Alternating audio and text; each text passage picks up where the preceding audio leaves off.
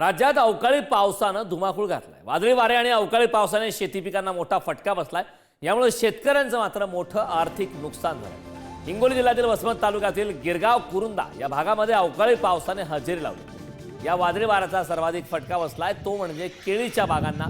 केळीच्या बागा पूर्णपणे जमीनदोस्त झाल्यात।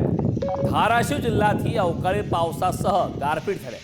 अवकाळी पाऊस आणि गारपिटीमुळे फळबागा आणि आंब्याचे मोठे नुकसान झाले। तर नांदेडच्या आंबेगाव शिवारातील शेतकऱ्यांचं प्रचंड नुकसान झालं। उद्ध्वस्त झालेली पपईची बाग पाहून शेतकऱ्याला मात्र अश्रू अनावर झाले।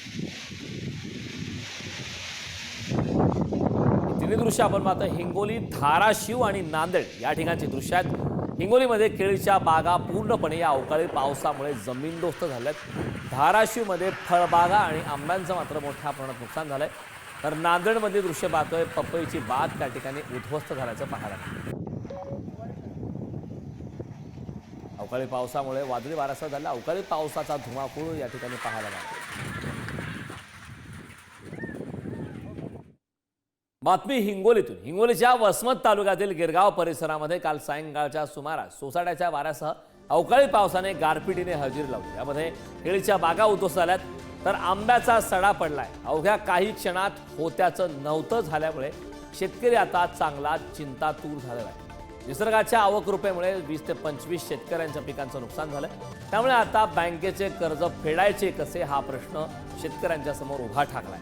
नुकसानग्रस्त केळीच्या बागेतून आढावा घेतला आमचे प्रतिनिधी संतोष भिसे यांनी। हिंगोलीच्या गिरगाव परिसरामध्ये काल सायंकाळी सुमारास गारपिटीसह पावसानं हजेरी लावली। याचा फटका जो आहे तो केळीच्या बागेला बसलेला आहे। ज्या भागामध्ये नुकसान झाले त्याच भागामध्ये आपण आहोत। आपण पाहू शकता की ही केळी जी आहे तर पूर्णतः खाली लवणलेली आहे, कारण वाकलेली आहे। कारण खरं तर आता ही केळीची बाग जी आहे तर अवघ्या काही दिवसामध्ये तोडणार होते, कारण तळहाताच्या फोडाप्रमाणे जपलेली ही केळीचं बाग ही पूर्णतः आता काही क्षणामध्ये मोडलेली आहे। आपण पाहू शकता की संपूर्णतः मन हेलवून टाकणारे हे दृश्य आहे, कारण संपूर्ण केळीचं झाड जे आहे तर पूर्णतः तुटलेलं आहे।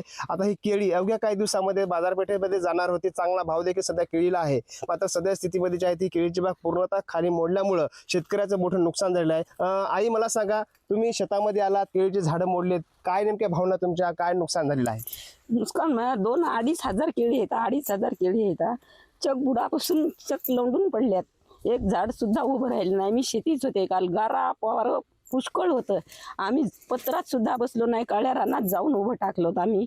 एवढी नुकसान झाली, मला हे सोसवणं झाले, मला सहन होईना झाले। लेकरासारखं झोपलं, लेकरासारखं पाणी घातलं, लेकरासारखं मुळी काळी पड काही पाळी पड म्हणून याची लई जीवा पराड सोय केली मी।